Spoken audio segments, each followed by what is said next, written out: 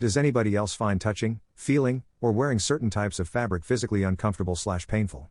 Yes.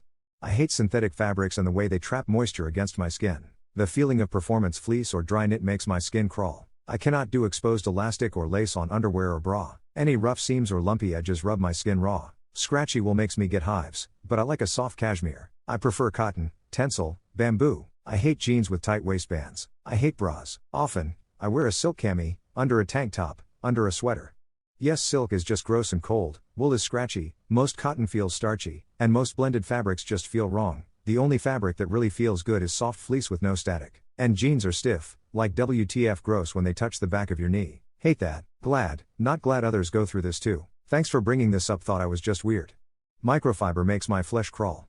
As a baby, my son was diagnosed with sensory processing disorder, not sure what they call it now. Certain fabrics, foods, even certain noises must be avoided at all costs. He also does not like to be touched without warning, like a spontaneous hug or a slight touch on the arm to get his attention. He will literally jump at your touch. We have learned how to deal with this over the years through AUT. I hope this may give some insight into what you're experiencing. Good luck. You're definitely not the only one. Both of my kids have sensory issues with different fabrics. The number of times they've been given clothes that are never worn. Now I take them shopping to pick their own stuff, and my parents have finally gotten the message not to buy them clothes anymore. You're not alone. Yes. I am, 26F, diagnosed autistic at 22. Since I was a baby I've always been sensitive to a myriad of fabrics. As I've grown older, I've learned, as you seem to have, what works and what I need to stay away from. For me, I only wear sports bras and bralettes. Nothing high-waisted, low-waisted is preferred, socks have to feel just right at the seams. Nothing too tight, lace is too itchy, etc., etc. So no, you are not alone. Once you are able to start learning the _whys behind your sensitivities and connecting with others and figuring out what feels good to you, it does get easier. Edited for grammar. What are real disadvantages of being ugly? Being expected to somehow compensate for your ugliness by having a great personality, when being ugly is the very reason we don't have the support system to give us the confidence boost to develop the great personality in the first place. Unattractive people have a much greater tendency to be awkward and shy and get rejected and treated like, by others, not exactly the kind of circumstances that breed high self-esteem, confidence and a glowing personality. Easier to get there if everyone treats you like you. Gold and perfume just because you won the genetic lottery. People are less likely to take you seriously. Job interviews are an uphill struggle. You can just forget about any employment that involves tips. You're judged more harshly for your behavior. Online dating is just a futile exercise. Offline dating isn't much better. People constantly think you're up to something. I may have some experience in this. And by some experience, I mean women occasionally shriek when they look at me. FML. Third wheeling. Always taking the pictures instead of being in them. Never receiving a Valentine's gift or a Secret Santa gift. Sending a picture of what you look like and never hearing from that person again. Having to stick to one or two styles of clothing, hair or color because anything else makes things worse. You always have to be the one to initiate a conversation or simply hi. The constant feeling of being lonely and unworthy of things in life. Having to separate yourself. All in all, it's extremely being unattractive. Besides not getting a person you have a crush on as your partner, there is also this thing called pretty privilege, a term that describes the discriminatory treatment of people who are considered physically unattractive. https://www.urbandictionary.com/define.php Term equals pretty %20 privilege https://www.urbandictionary.com/define.php Term equals pretty %20 privilege https://n.wikipedia.org/wiki/pretty_privilege https://n.wikipedia.org/wiki/pretty_privilege. There are many examples when physically attractive people get more opportunities and become more successful in life just because of how attractive they are. Ugly people don't have that luxury. Men of Reddit, if you had to choose one video game to play for your rest of your life, what would it be and why did you choose it? Minecraft, easiest choice ever. You gave no parameters, and since this is the game I will play till I die, I wanted something with variability. There are countless custom maps ranging from platforming to adventure, mini games on servers ranging from DayZ to Pictionary, mods you can download for free ranging from SimCity to No Man's Sky. You can also find over 100,000 mods on CurseForge that can be installed to heighten any style of gameplay. Whether you want something more adventurous or something more technical, you can find dozens of mod packs to play. Not to mention, near any PC could play it with a few mods to increase performance. My 8-year-old laptop still can get 60 to 80 FPS on the newest version. If I'm going to be playing it over and over again, it's gotta be a game that doesn't rely on a plot to be engaging. Emergent storytelling is a must. So no RPGs, unfortunately. Probably a big strategy game. Some good options. Terra Invicta, very sandboxy, lots of options and ways to do things. A single playthrough can easily take from 50 to 100 hours. Stellaris, also a very long and sandboxy game.